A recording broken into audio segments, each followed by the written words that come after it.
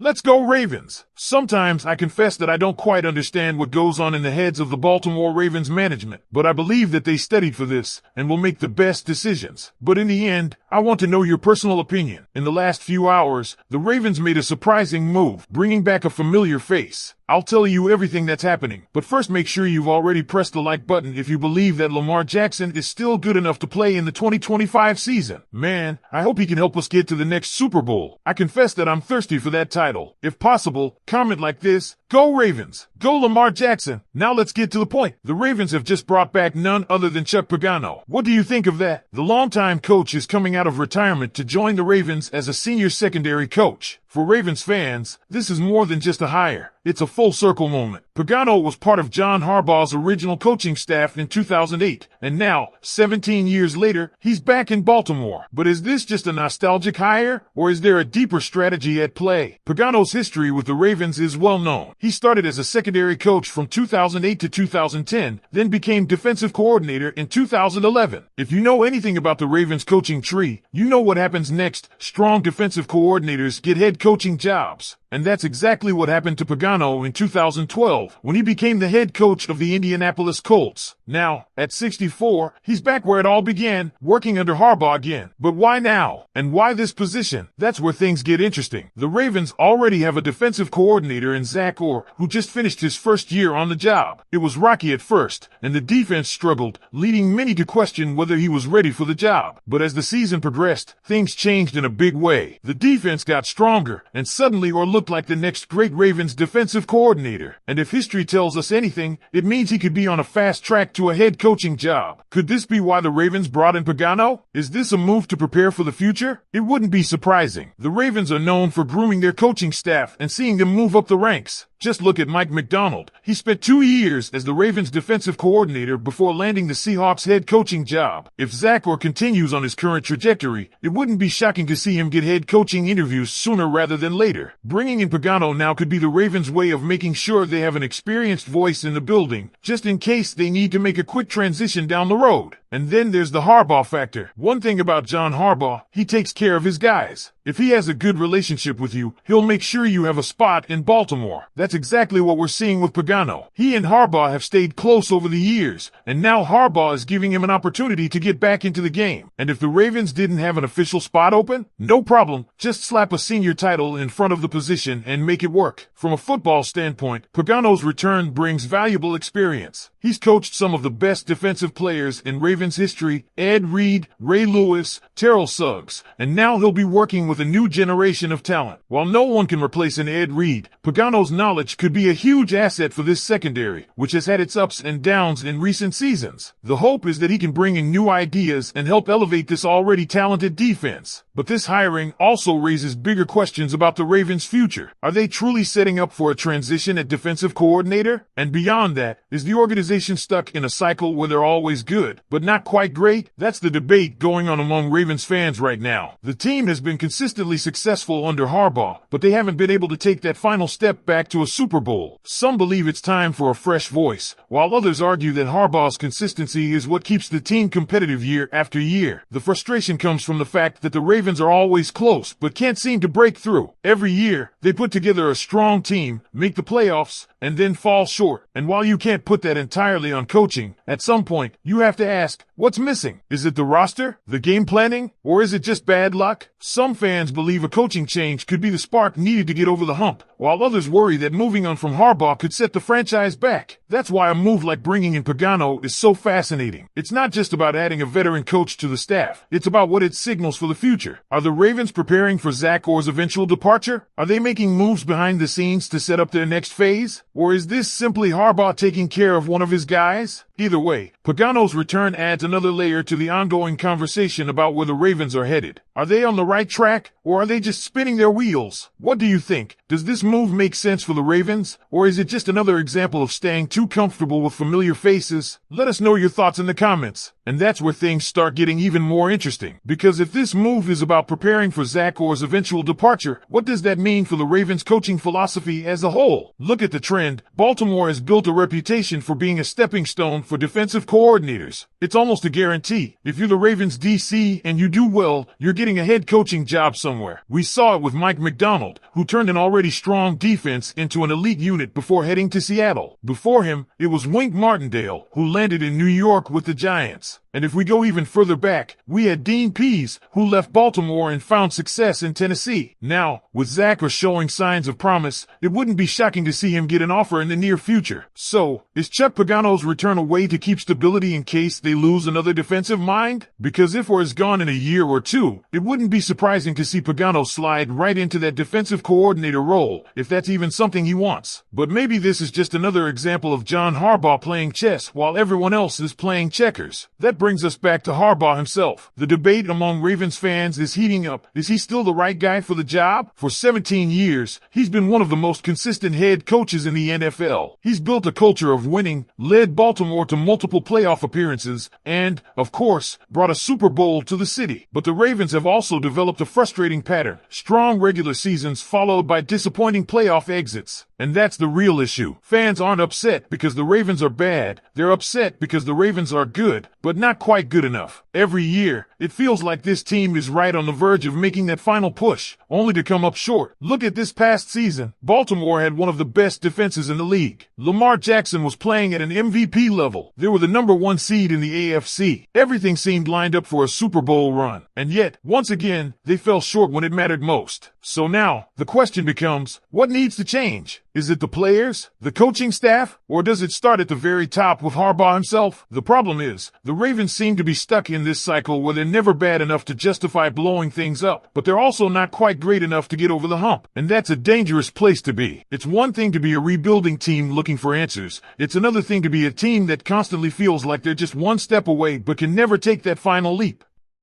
And that's why this Chuck Pagano move feels bigger than just a simple coaching hire.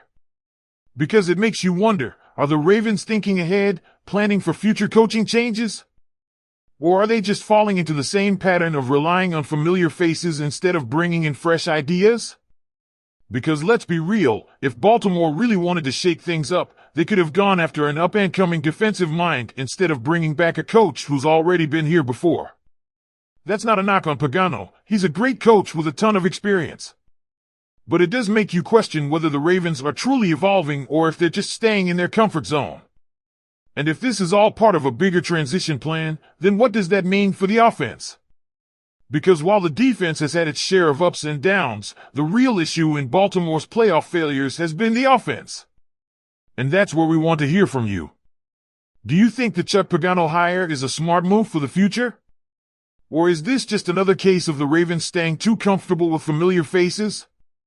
And more importantly, what do you think it's going to take for this team to finally break through and win another Super Bowl? Let us know in the comments.